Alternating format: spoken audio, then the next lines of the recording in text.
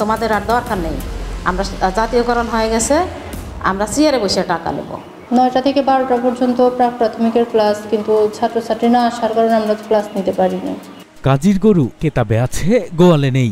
বহুল প্রচলিত এই প্রবাদের বাস্তব উদাহরণ মিলেছে এবার একটি সরকারি প্রাথমিক বিদ্যালয়ে। বিদ্যালয়ে রয়েছে 4 জন শিক্ষক শিক্ষিকা। বিদ্যালয়ের অবকাঠামো, আলমারি, চেয়ার টেবিল ও শিক্ষা সামগ্রী। শুধু নেই কোনো শিক্ষার্থী। তবে শিক্ষার্থীরা স্কুলে উপস্থিত না থাকলেও হাজিরা খাতায় রয়েছে তাদের নিয়মিত উপস্থিতি।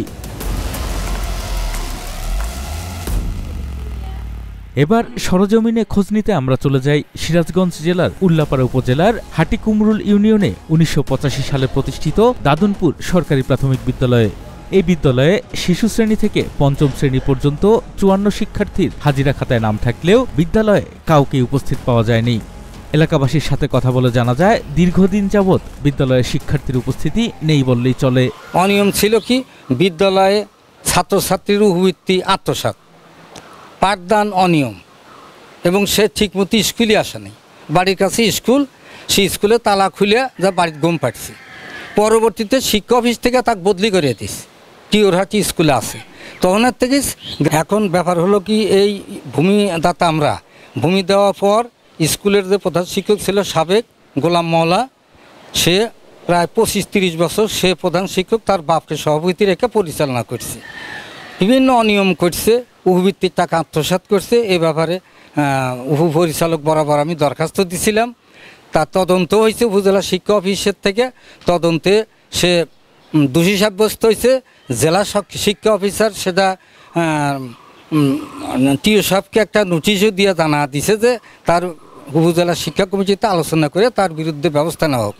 কিন্তু আজ পর্যন্ত তার কোনো ব্যবস্থা নেয় নাই। গ্রামের লোকজন তখন ছাত্রছাত্রী দেয় না, এই কারণে যে আমরা উপবৃত্তি টাকা পাই না, আমরা ছাত্র দেব না ইত্যাদি কারণে ছেলেবেলে সরা আনিছি।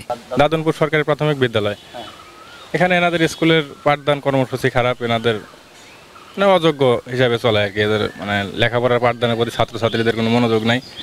স্কুলে আসার পরে এরা মোবাইল টেপাটেপি করে, জাস্ট টাইমে স্কুল খোলে না, এরকম নানান দিকে অনিয়মভাবে চলে আর কি। এরকম প্রতিদিন রেগুলার কোনো ছাত্রছাত্রী এখানে থাকে না। এরকম প্রায় এক বছর হলো এরকম হয়েছে, ক্লাস হয় না, পাঠদান হয় না।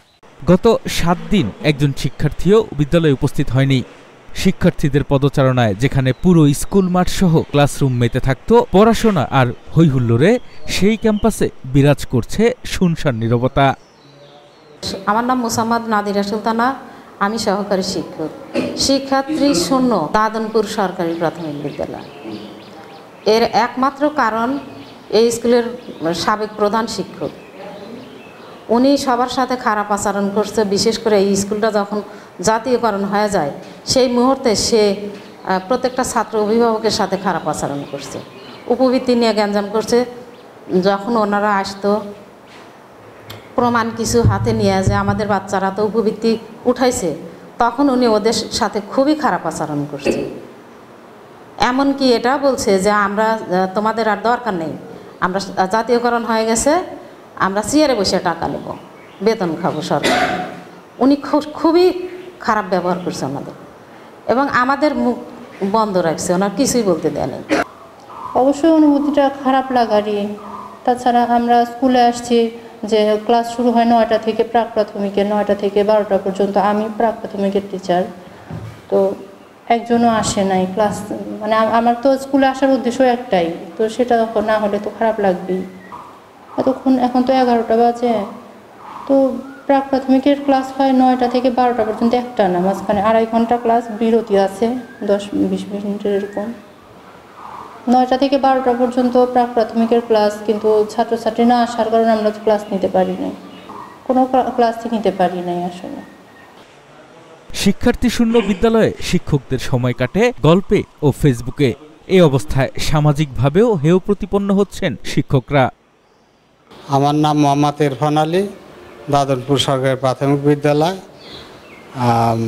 আমি সহকারী শিক্ষক। আমি 3 দিন হলো দায়িত্ব পাচ্ছি। প্রধান শিক্ষক চলে গেছেন।